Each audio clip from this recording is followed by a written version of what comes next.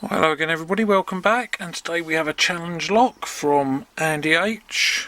It's an LSH and it's called Tea Time, and here's the bitting. It's a 6-pin lock.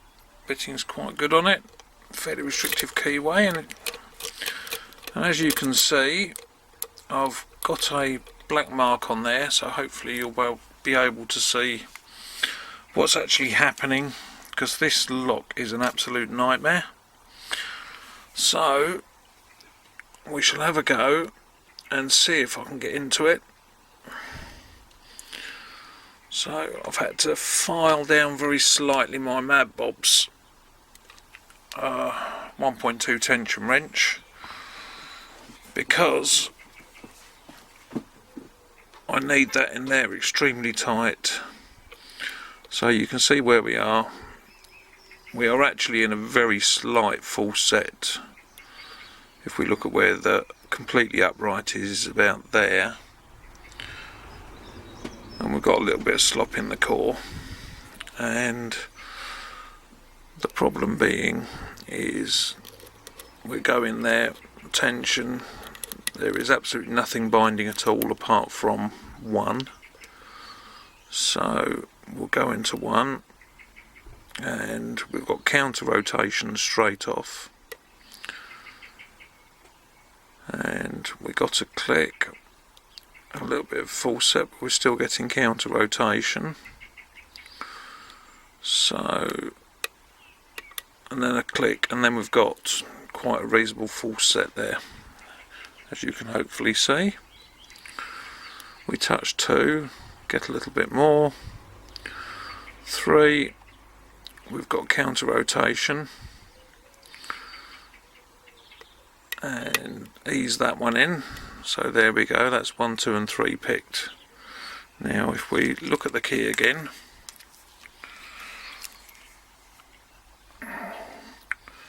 there's 1, 2 and 3, so those are picked. We've got 4, 5 and 6 to do, and we can see 4 is a high pin. So that was 3 we got, then we get to 4, and 4 is absolutely solid, not going anywhere. But what we then do is manually counter rotate the core. I have got this open once, and this is how I managed to do it, but it has taken me a good few hours just bouncing that pin, trying to get 4. There we go. Now luckily this time we've kept a bit of that full set. Normally what happens is we drop something else, and we had dropped 3, and by picking 3 we've dropped 4 again. So let's give that another go.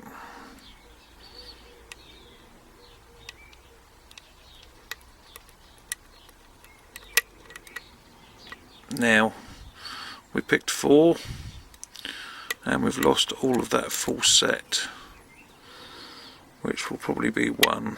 There we go. Then 2 had dropped, 3's dropped, and 4 has dropped again. Now, I mean, we can go on to 5 and 6. 5, we've got counter rotation. That's 5 picked. And 6. There we go, that was 6. Come back along, and 4 is absolutely rock solid, not giving any feedback at all. Let's check everything else. And there was 2 had dropped a fraction, picking the others, but not a problem. So then on to 4 again, so we have to manually counter rotate. Try and bounce that key pin off the driver, And the idea is try and get this picked without coming back too far from that line. There we go, but we've lost everything again. We've lost the full set. We've got 4 picked. So what have we lost? Everything.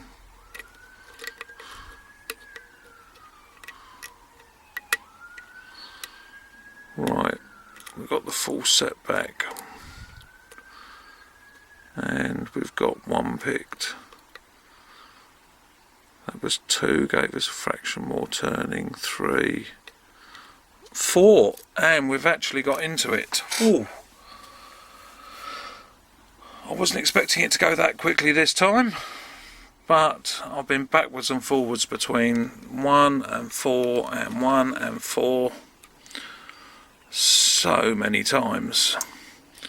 Right, let's get this out of the vise, stick it down there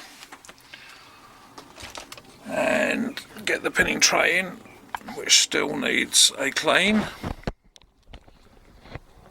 I'll get it clean at the weekend.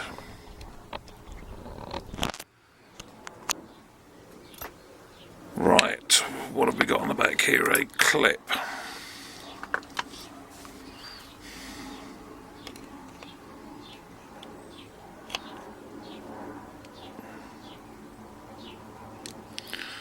This one of the very few locks I've actually half expected to break a pick on. So we're going to shim this, because God knows what he's put inside.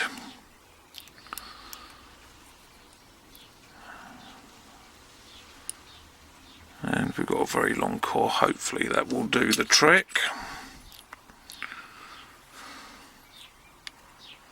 And key pins are there.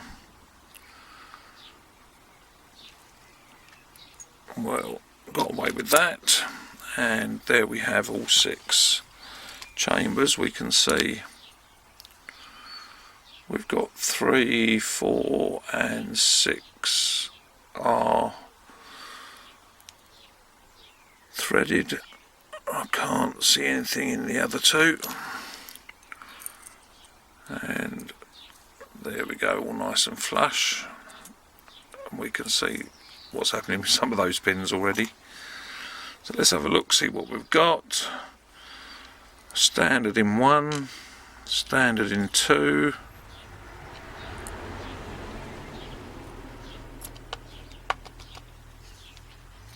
a very sharp, come on, getting caught up on serrations, a very sharp spooled key pin in 3, standard in 4,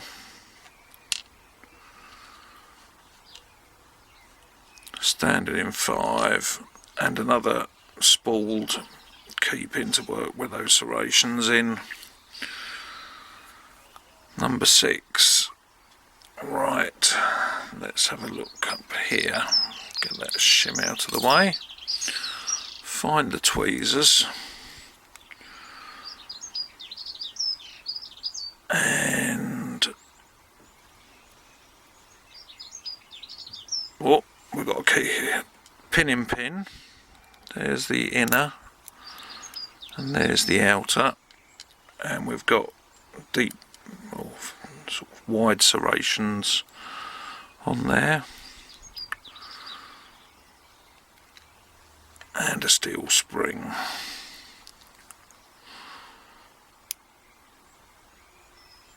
Then we've got a T-pin in 2.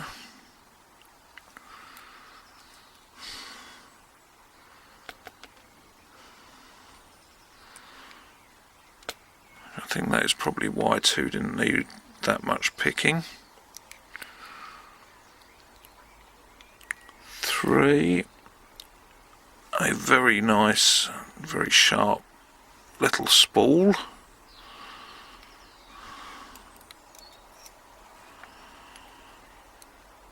And then in 4, it's got a T pin on the end. So this is the one that was causing me all the problems, but it's actually a spool with a T-pin with a narrowed bottom section. We'll have a close-up in a second.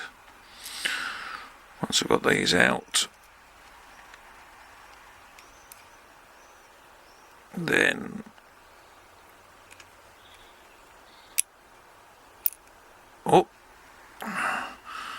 we have a drunken spool.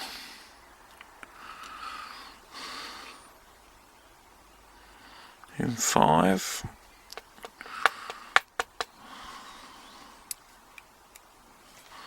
I'm just trying to, there we go. I can't get at the back of this because it's so long. And then in 6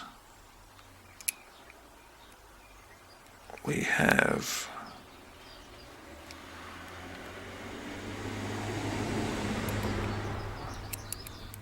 a drunken spool with a T-pin on the end and a narrowed section and a different spring.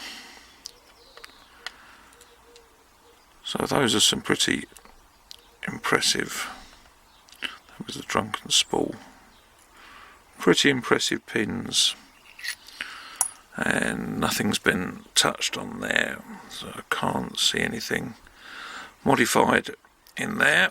So the only modifications we've got are the core. So let's see if we can get a nice close-up of these. So there we've got the standard and the pin-in-pin. A standard with a T-pin. A spooled key pin with a very sharp edge spool above it. Then we've got the spooled T-pin with the narrowed, I don't know if we can see that, so we can get the light on there a bit better.